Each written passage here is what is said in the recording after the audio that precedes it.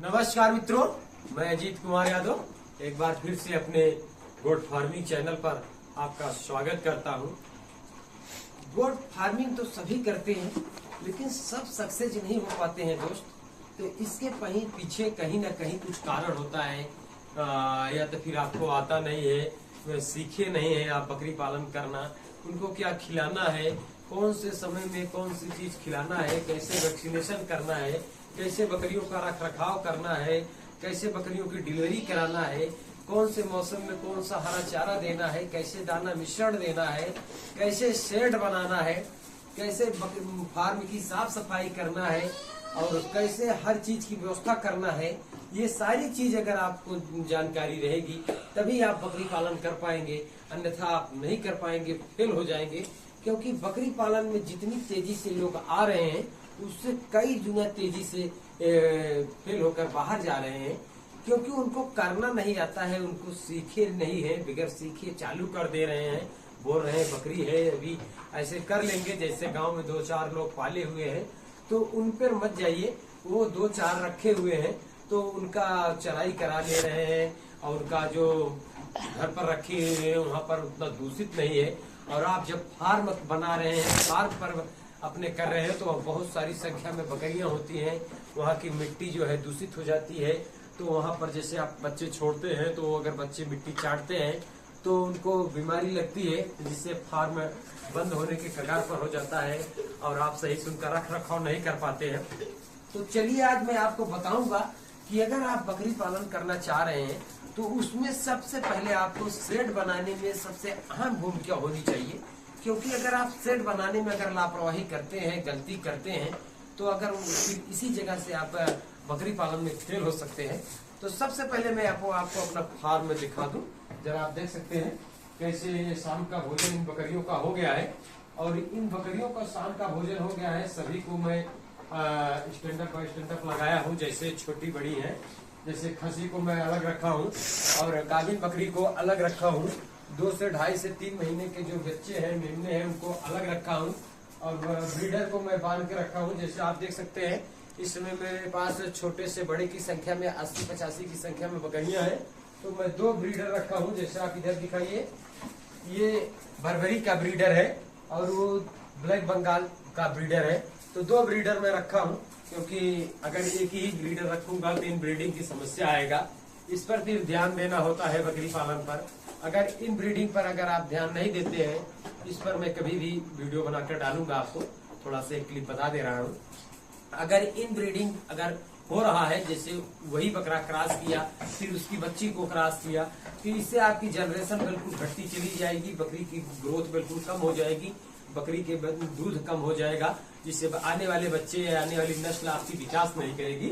फिलहाल इसको मैं अलग से वीडियो में बताऊंगा आपको कि इन ब्रीडिंग की समस्या क्या होती है। आज मैं बताऊंगा आपको कि शेड आपको कैसे बनाना है। तो जैसे आप देख सकते हैं मैं ये अंदर का शेड बनाया हूँ। खसी जो बने हुए हैं, बकरे जो बद्धी किए हुए हैं, उनको आपको अलग रखना है। उसके बाद जो आपके पास प्रेग्नेंट बकरी हैं, मदर गोट हैं, उनको बिल्कुल आपको अलग रखना है और खाली बकरी को आपको अलग रखना है। 2.5 से 3-4 महीने के मध्य जो पाठी हैं उनको बिल्कुल अलग रखना है। इसे सेक्शन बाय सेक्शन आपको बनाना है शेड। उसके बाद छोटे बच्चे, जैसे नवजात बच्चे हैं, जैसे आप इधर देख सकते हैं जो नवजात बच्चे हैं, इनको बिल्कुल आपको अलग रखना है। देखिए ऊपर ऊंचाई पर रखना है, जैसे इनको ऊंचाई पर रखना है, आपको देख सकते हैं। क्योंकि इससे होता यह है कि अमोनिया गैस से ये इनका बचाव होगा। और इसी तरीके से आपको फार्म बनाने के लिए खाने की भी व्यवस्था करनी होगी। ये तो मैं अंदर का अपना एरिया बताया हूँ, जहाँ इनको मैं रात में विश्राम करने के लिए रखता हूँ। तो सबको छोटा बड़ा तक लगा दिया गया है, क्योंकि ये जमीन के टच में न आए। जमीन के टच में आएंगी तो जैसे पेशाब की हुई बकरी वहां पर बैठती है, तो नमी के टच में अगर आती है तो बकरी बीमार पड़ती है। तो इसीलिए बताया जा रहा है कि आपको शेड बनाने का तरीका बिल्कुल आना चाहिए। यहाँ आपको गलती बिल्कुल नहीं करनी है।